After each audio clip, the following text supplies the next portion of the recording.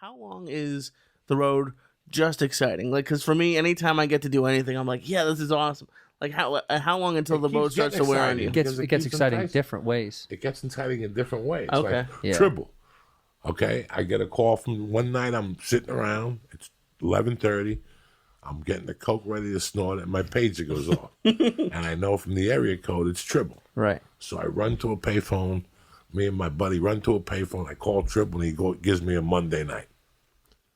All right, a Tuesday night. In night. Northern California, where was it? It was in Boulder. Boulder, right. I lived in Boulder. I was the house MC. I had been fired from there now. After being a house MC for 18 months, I wasn't allowed in there, and he worked it out. The feature canceled. So he called me the night before. The feature broke down in Ogallala, Nebraska. So I don't know. So I feature. They give me a good report.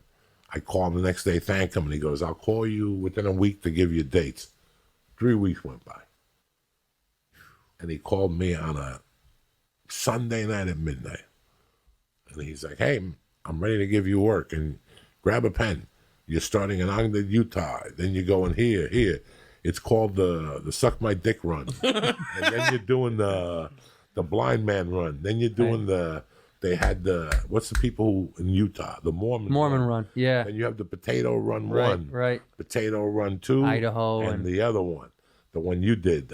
Missoula, Montana, and all that shit. The 8-ball in at Missoula, Montana. Mm-hmm. And all of a sudden you're like, so what dates are these? Are they in June? Are they in April? He's like, they're Tuesday. Yeah. You're like, what? Yeah. Get in your fucking car now. Get in your car now. Yeah, now. Like right now. You have to be in fucking Ogden, Utah, Tuesday. You have to check in at 6. Yeah. So I basically went home, did laundry, stayed up all night, packed, excited. I'm going on the road, my shot.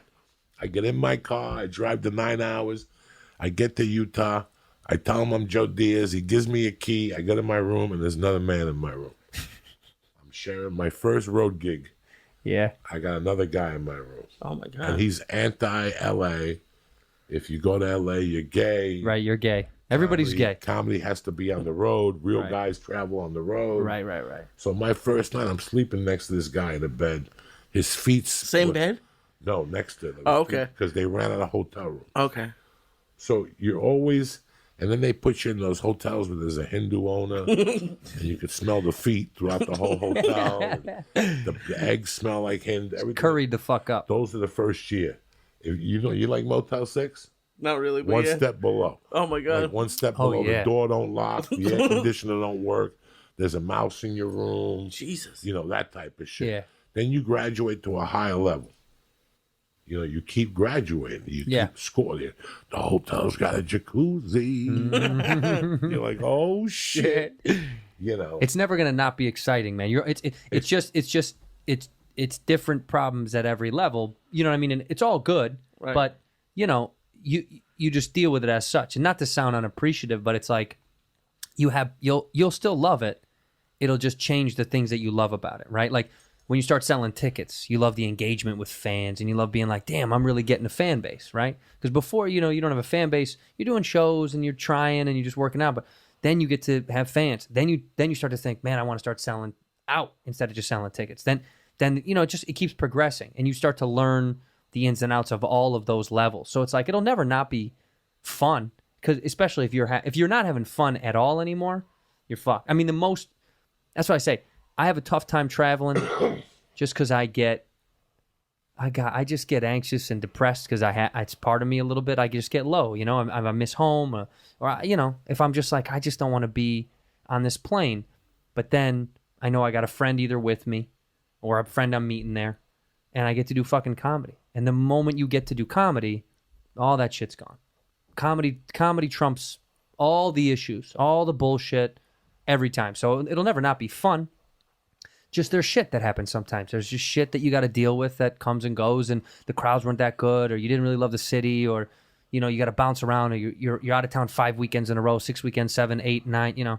I'm doing 11 weekends in a row, back and forth, back and forth, back and forth. But I got it because I want to prepare. I want to try to prep up to do a new hour. But it's fun as shit when I'm doing comedy. The other stuff gets tough sometimes. It's fucking annoying. It's hard, but when you're doing comedy, it's like the only thing that matters. Then you're like, ugh, it's all good. This is the most fucking fun, especially if you're with a friend.